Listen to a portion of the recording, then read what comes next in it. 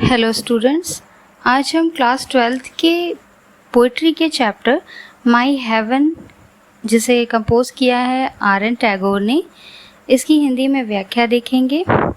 थोड़ा सा टैगोर के बारे में जान लें कि इनका जीवन काल 6 मई 1861 से लेकर 1941 तक रहा। और इस कविता में टैगोर ने एक ऐसे देश की कल्पना की है।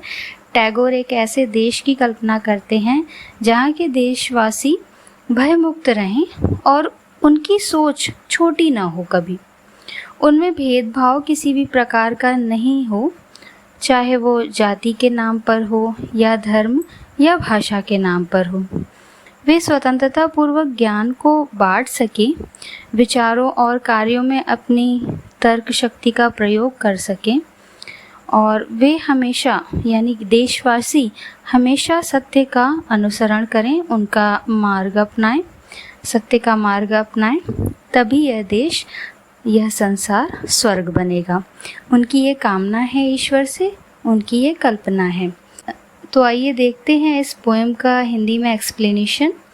Where the mind is without fear and the head is held high, where knowledge is free, where the world has not been broken up into fragments by narrow domestic walls, where words come out from the depth of truth, where the mind is without fear, जहाँ के लोगों के मस्तिष्क में कोई भय न हो, and the head is held high, और जहाँ सम्मान से लोगों का सर हमेशा ऊंचा रहे, where knowledge is free, जहाँ ज्ञान प्राप्त करने के लिए हर एक व्यक्ति स्वतंत्र हो, where the world has not been broken up into fragments by narrow domestic walls, और जहाँ धर्म, जाति एवं भाषा के आधार पर संसार छोटे छोटे टुकड़ों में विभाजित न हो, where words come out from the depth of truth, और जहाँ सत्य की गहराइयों से विचार आते हों, अर्थात जहाँ सच बोला जाता हो, किसी के प्रति किसी की दुर्भावना न हो, जहाँ पर ये सभी भावनाएं विद्यमान होती हैं, वहाँ पर ही स्वतंत्रता है। Where tireless striving stretches its arms towards perfection, where the clear stream of reason has not lost its way into the dreary desert sand of dead habit, where the mind is led forward by thee into ever-widening thought and action, into that heaven of freedom, my father, let my country awake। इस stanza में RN. Tagore ने ईश्वर से pray किया है कि where tireless striving stretches its arms towards perfection, कि उनके देश के लोग उन्नति करने के लिए, आगे बढ़ने के लिए हमेशा लगातार संघर्ष करते रहें।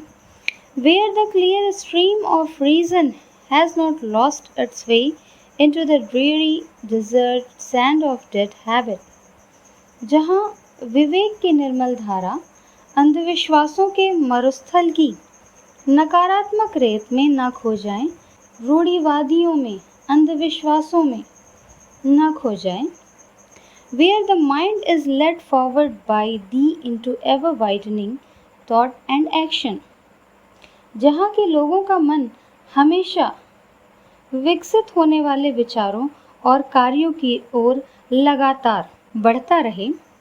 Into that heaven of freedom, my father, let my country away।